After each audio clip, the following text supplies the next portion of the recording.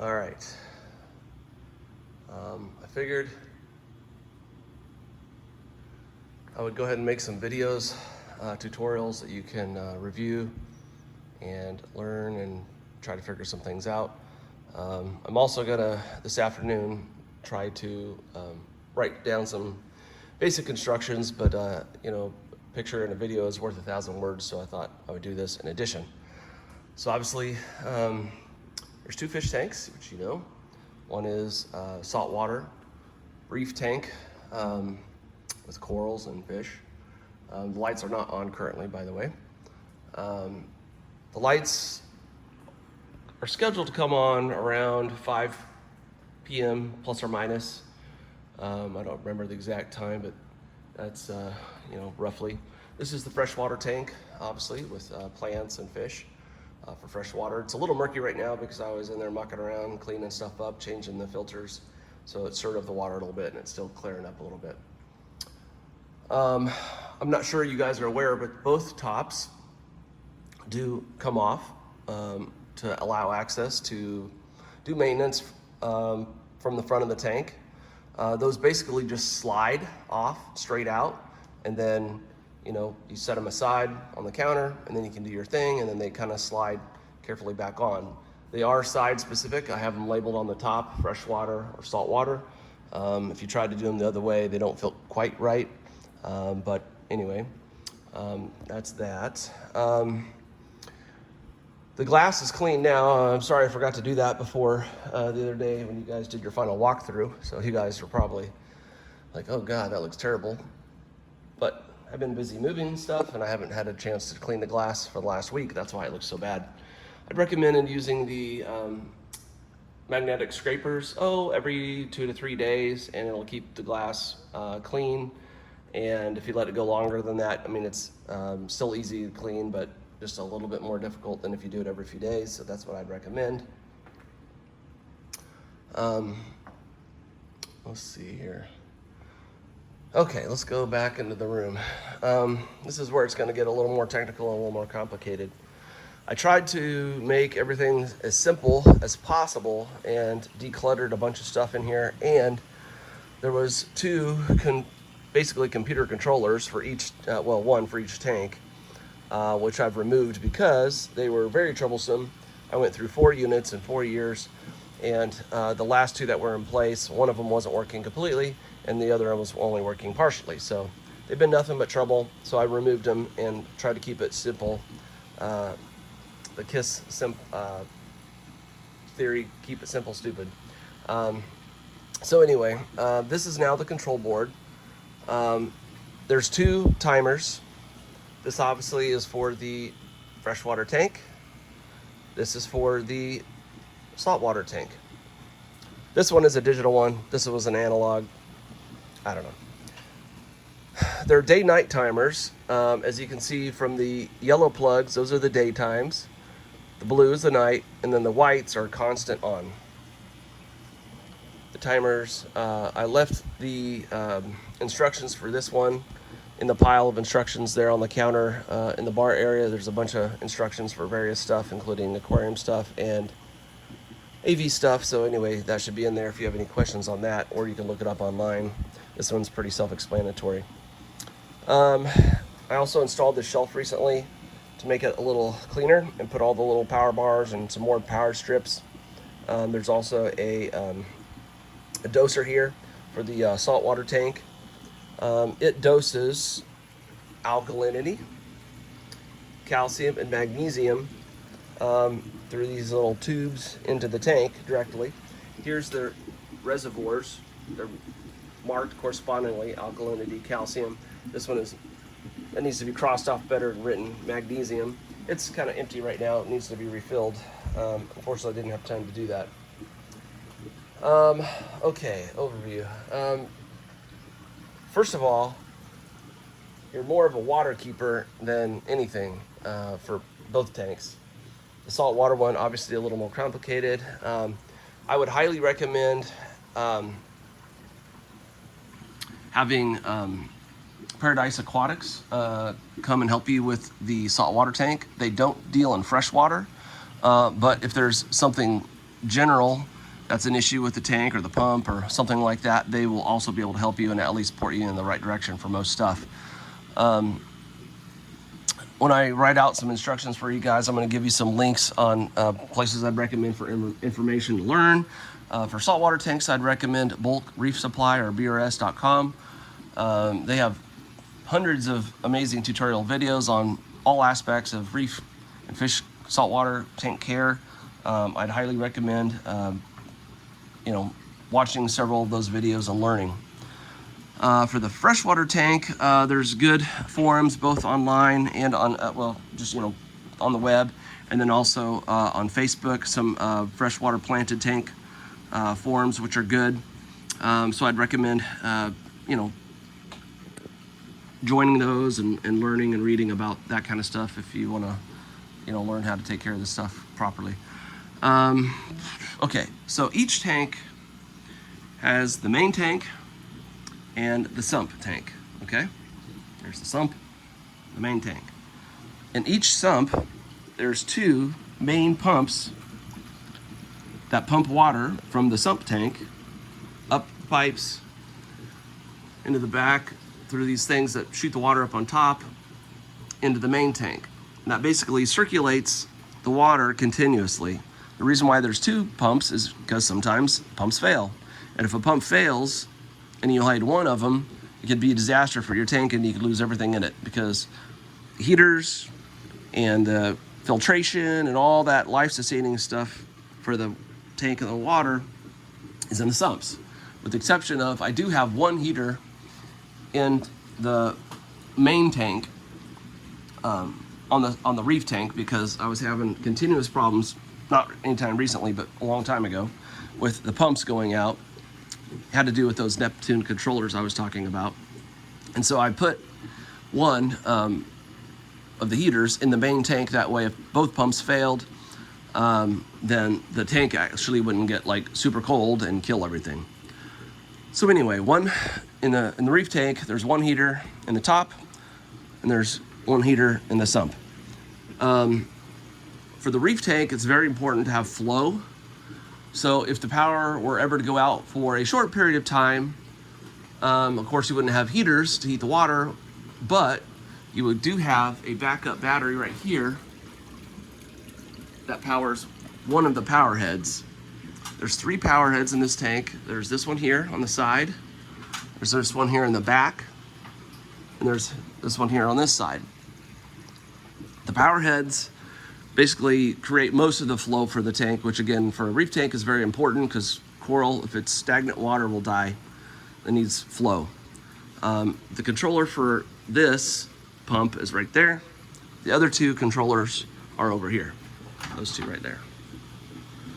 The lights have been recently changed just a few months ago. And the 2 lights there on the sides are Radions. Those are just under $1,000 each. They're pretty nice lights. And they're of course LED. They're pretty darn good lights, obviously. That one up there, right there, is a Kessel AP700. There used to be 2 of them, one in the front, one in the back, mounted on this thing. I would probably get with Paradise Aquatics to find out if and when they're going to replace the one in the back and basically get it running.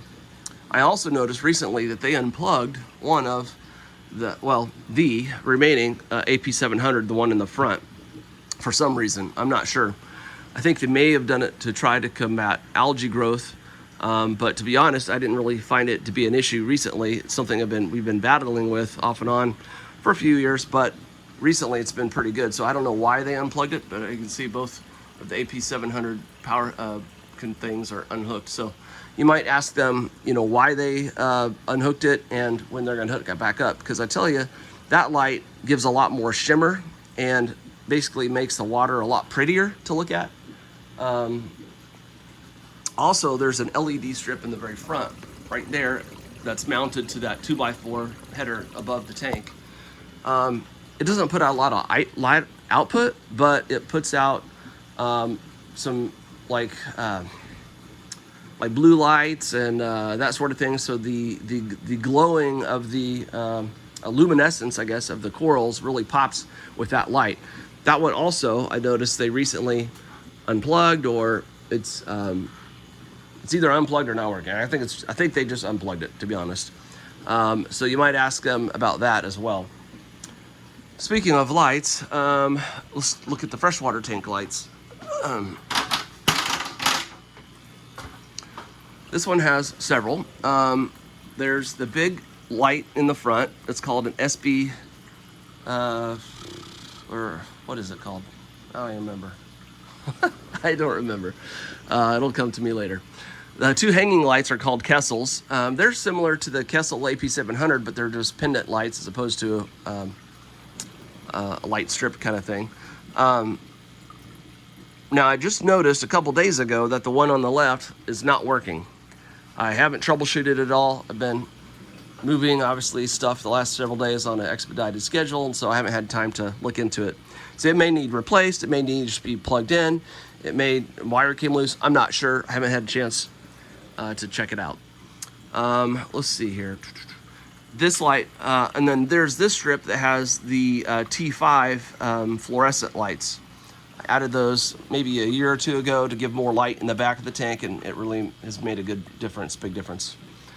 Okay, so that's the lights. While we're up here, okay, so both tanks, again, the water has the two pumps that pumps the water from the sump to the main.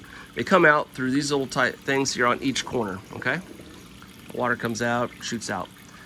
Obviously, the water has to have somewhere to go, and so to go back to the sump, overflows for these corner things on both tanks. Has two of them, one on each corner, back corner. It's very important to keep these little slats clean with a toothbrush. If those get clogged, then the water level rises, and then we'll start to come over the top of these overflow things. If the water gets too high, potentially you could overflow your tank if the returns are clogged. Also, in these returns, there's these pipes and they have holes. One there in that pipe, and then one on the other side of the pipe right there. That's how the water gets from this down to the drain pipe down to the sump. So if those become clogged, that's also an issue, and you could overflow 200 plus gallons. This has never happened, by the way, but it could, all over the floor if basically the tank overflows, if those are blocked. And that goes for both tanks. So that's something you need to keep an eye on and keep clean. Oh, this tank also, I forgot, has a Finex light up there too, by the way. I forgot about that. So this one has 1, 2, 3, 4, 5 with the two bulbs, lights. Okay, let's look at the sump a little bit. The sump, this is the freshwater tank sump, has the two pumps, like I mentioned. This one has both heaters in the sump. There's also a float switch in each tank. That one's hidden over there, 1 second. But that's a float switch. And that's the float switch on the salt water. What that does is allows water to automatically, via gravity and some tubes and stuff, refill the tank from evaporation. These tanks each evaporate about 5 gallons per day. So if that system that auto tops it off with fresh, pure water were to fail at any point, you'll notice that the sump level water will go down. Both tanks, the sumps, are about half full of water all the time, and that's normal, as you can see, both tanks. That's normal. If it's much lower than that, then something's a problem. You can also tell by the float switch. If the float switch is hanging low and not level like that, then there's an issue. Obviously, if the tanks run dry, that would be a problem. Never been an issue, but it could. Okay, let's talk about the water a little bit. How it gets from these holding tanks to the tanks. Okay, so let's start with how we make pure fresh water, because that's the key to especially the reef tank, but also to the the plant intake. This is the water purification wall, basically. Okay, so the water comes in, actually from way over here by the sink. There's a little black tube that hooks into the water line, okay? And it goes all the way around, back behind these holding tanks, up and around. And then where it starts is this thing here called the chloramines monster. This is basically full of activated carbon. This thing has made a huge difference in the purity and quality of the water. It was pricey, but it was worth it. In this area and in several other areas across the nation, they use chloramines and sort of just chlorine to purify the water. Well, chloramines is very difficult to get rid of from water, and it's very toxic to coral. So this basically removes all the chloramines. This filter inside of it probably needs to be replaced I would probably do it every 2 to 3, or you could get on BRS, bulkreefsupply.com, and figure out how often it needs to be changed. The other way to really know is if you actually check the exit water for chloramines with a little test strip. And if you did that every, let's say, 6 months or so, if you ever started seeing that it was positive for chloramines, then you would know this needed to be changed out. That's probably the best way to do it, and that's what I'd recommend doing. Because I'm sure that I haven't ever had to do it, because I just put this in like maybe a year and a half ago. It's fairly pricey. Okay, so anyway, the water comes in. Actually, it comes into this guy here. Yeah. So what this does, this is a pressure booster pump. So the water pressure of the house is usually around, I don't even remember, like 40 or something. Well, it's not quite good enough for this, or else you get low pressures and then the water quality suffers, and then you end up using more of the resin. We'll talk about that in a second. So the water comes through here and it boosts the pressure starting at the very beginning of this system. So the water pressure here is higher, which is good. This is a water pressure gauge. And I think when it's pumping and actively making water, it's usually up higher. If I remember, it's like around 60, 70, something like that when it's running. It's not running right now. You'll see it when it's running, you'll hear it. Okay. Then, after the water comes through the chloramine monster, it comes through here, and it starts to go through the RODI unit. Okay, so first, I believe it goes through this micron filter sediment filter, which I just replaced just a couple of weeks ago. When this turns, as you see, it's white right now. As it starts to turn kind of a dark yellow or dingy, kind of light tan color, that means it's time to replace it, basically.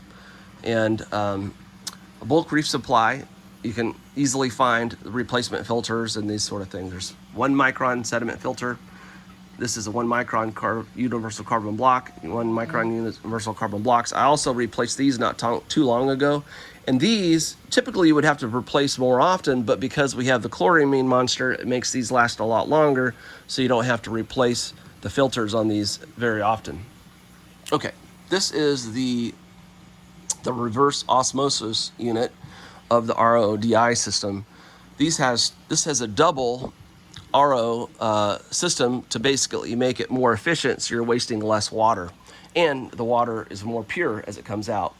Now these probably need to be replaced in the next 6 months or so. I haven't done it for probably about a year, and it's probably about time. Here's another pressure gauge, by the way, that you can also monitor pressures, so you make sure you're getting good pressures. Okay, then once the water comes out of the micron filter, then it goes through the reverse osmosis units, which really purifies the water. Then it goes through both one at a time micron universal carbon blocks, and that removes more impurities that this missed. This is an additional extra system to basically make it even more pure. Well, I take that back. Comes with this system. This is an extra. We'll talk about it in a second. So this one is called, all three of these are DI resins, okay? The system I have in place, and I highly recommend continuing to use, is Bulk Reef Supply's Pro system, basically where you have a cation resin, then an anion resin, and then a mixed bed resin, which basically is a mixture of both of these. This one here, when it's fresh, is a dark purple. As it starts to be used and purifies the water but is used up, then it starts to change, color change from the bottom up. As you can see here, it's like a dingy orange color. This will start slowly over the several weeks to months. It'll slowly go up and up and up. When it gets to about an inch from the top, it's time to change that out. I was wanting to show you in person how to do that and this whole thing, but apparently, I guess Michelle says we're not supposed to like communicate or something. I don't know. If you ever have questions, I feel free to like contact me, because I don't care. I think it's kind of silly, and you're probably going to need some more tutorial and instruction. But anyway, Bulk Resupply, one of their videos that they have of their hundreds is how to change out the DI resin, and it's a really good video, and I'd recommend watching that. This is the NI inside. I literally just changed this minutes ago, but as you may have seen the other day, this was a light yellow all the way to the very top, and it only had about half an inch to an inch of blue on the top. So that means it was basically done. So I had to replace that this morning. And then this is the mixed bed. So again, this is a mixture. Oh, this is purple when it's fresh. This is blue when it's fresh. This is kind of a mixture. As you can see from the top here, this is the light yellow. So this is what the color will look like on this one as it starts to deplete. This is that kind of dingy same color as this one on the left as it starts to deplete. So when this one, either one of these kind of gets towards the middle over time, then it's time to replace the mixed bed resin. On this system, there's 2 TDS meters, and they check the TDS, the total dissolved solids, in the different areas of the section of the system, I should say. There's line 1, line 2. You switch, this will switch, and it tells you. Right now, since it's not running, it's going to give you high numbers. But when it's running and making new water, like say after a water change or something like that, then you can like test and see what the water is, and this will tell you if your waters are good. What you want is the final output water for these holding tanks is 0 TDS. As you can see, it's 0 TDS on the output. On the input, it's got 2 right now, so that means everything upstream is good. This one monitors the water coming in and out of this final stage, by the way. This one over here monitors the TDS of the water coming in through each section, and then the last one is the water coming out. So you can see if line 3 or the far right switch on this thing, it matches the incoming TDS on this one, and it usually does, or it's off by like 1, which is no big deal. Again, you want pure water for the tanks. Okay, let's talk about water and the holding. This video is going to be super long. Probably gonna have to post it to YouTube or something for you guys. Okay, there's 3 holding tubs here. This is for the fresh water, this is for the salt water, and this is for the auto top off. Okay, let's start with the salt water. So the salt water, if you ever check the TDS in here, it's never going to be 0. It's going to be high because you mix the salt water in here. These tops come off, of course. And when you're mixing anyway, there's leftover salt in here, so it's it's going to be high, which is fine. But the water that's coming in here is pure if this is pure and if this is pure. And again, you can know by the TDS coming out, or you can get a TDS meter and stick it in this tub here on the right and know exactly how pure the water is as your end product, which you want pure.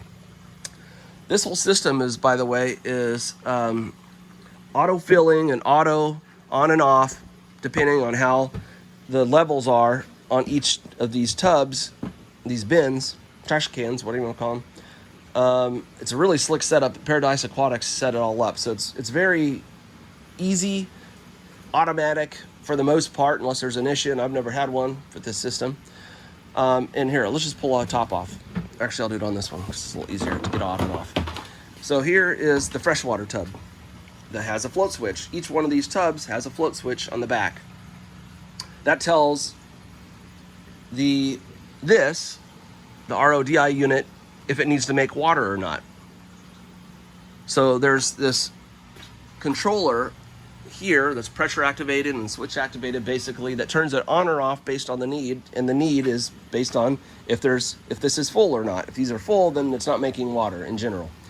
If it's not full, for example, if you do a water change, or for example, this one, if the water goes down because it's pumping water to the auto top off here, which we'll talk about in a second, then as the water goes down, the float switch opens, and see, now you can see right now, because I'm pushing it down as if there was less water in here, water's coming through, and this is now pumping because it's pressurizing the system, and the pressure is just under, well, it's a little low.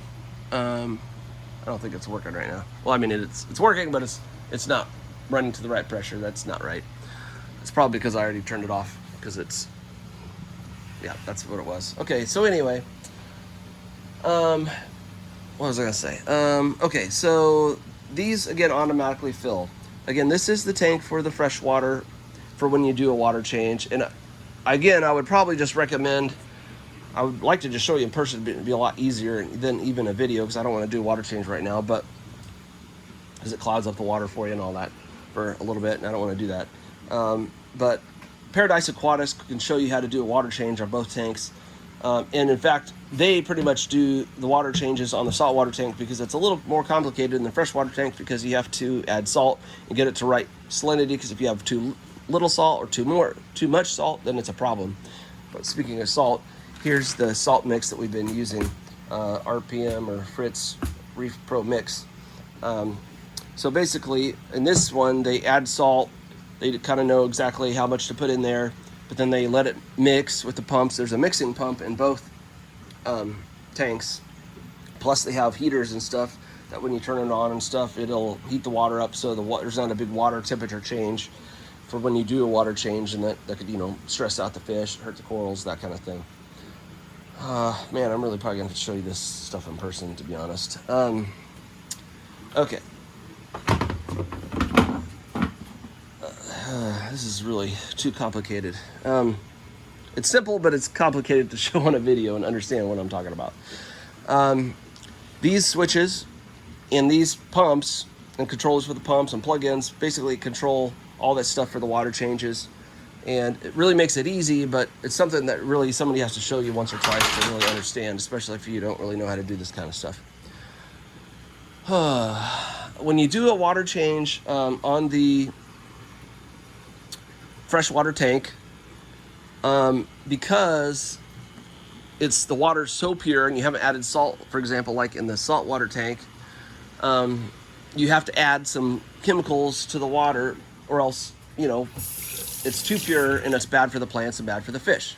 So when you do a water change, which is about 40 gallons, because when you do the water change, you're basically going to empty about nearly almost all what's in both, each sump when you do it, which is, I think each sump is 100 gallons, I think, something like that, maybe 120. And there's about 40 gallons of water that when you do a water change, and you do a water change by opening this, and the pump then, instead of pumping the water up into the tank, pumps it straight down the drain. Water changes are super easy and less messy than any other tank setup I've ever done in the past, because of this setup that they set up. Once the water's then low, basically to the end, and you hear the pump sucking air, then you're going to turn this and close it. This used to be the what do you call it? Jeez Louise, the twisty thing. I'm blanking. Anyway, the valve. Good Lord, the valve. But it failed, and so now it's taped open, and don't use this one. And they couldn't remove it because they didn't have enough room, so they had to cut out a section and put in a new valve in. But anyway, this one broke. Don't use that one. Okay, so when the water gets down to the very low, it's sucking air, you're going to close the water. So then what that does is, again, the water's now not going down the drain. It's going to continue to pump. Then you're going to come over here, and you're going to flip this switch here, and that turns on the pump. You're going to turn that switch on here for this power strip. That turns on the heater and the pump for this tank. Now, the pump, I guess I'll show you. This pump here does two things. One, if you have valves like this, closed to the tank, open to here, it basically circulates. As you can see, the water's kind of boiling in there and it's kind of moving around, right? And you ideally want to do this, turn this on like a couple hours before you do a water change to get the heaters going and the water heated up a bit and that sort of thing, just to get, you know, again, the water temperature issue. When you do a water change, what you're going to do then is you're going to open this one to the tank and you're going to shut this one so then it doesn't recirculate. Close that one, I should say. And now that water is pumping into the tank through that pipe right there. It's stirring up the water, so I'm gonna turn it off. But that's basically how that works. And so then it adds water. Then you're gonna watch the tank, the sump pump, and this tank of water until basically this is sucking air. And this holds about 40 gallons. So it does perfect when you do a water change. So then it's gonna fill this up. And it's okay if it overfills like a few inches above the float, that's fine. It's no big deal. And then when that is empty, then you turn those back off like this. So, and then it's ready for next time. And then you're gonna turn this switch off, so you're not just wasting energy moving the water and heating the water for no reason. Okay, lordy. Paradise Aquatics should help you with doing the water changes on the saltwater tank. I would not recommend doing it yourself since you're really not familiar with how to do it. Okay, this is the overflow tank. I'm sorry, not the overflow, the auto top-off bin, okay? There's a small pump in here. Oh, the cleaners are here. I think they'll just come on in.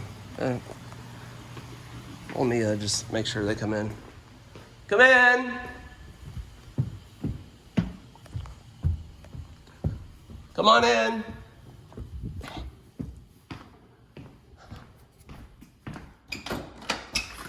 Oh. Hey, how you doing, sir? Yeah, how you doing?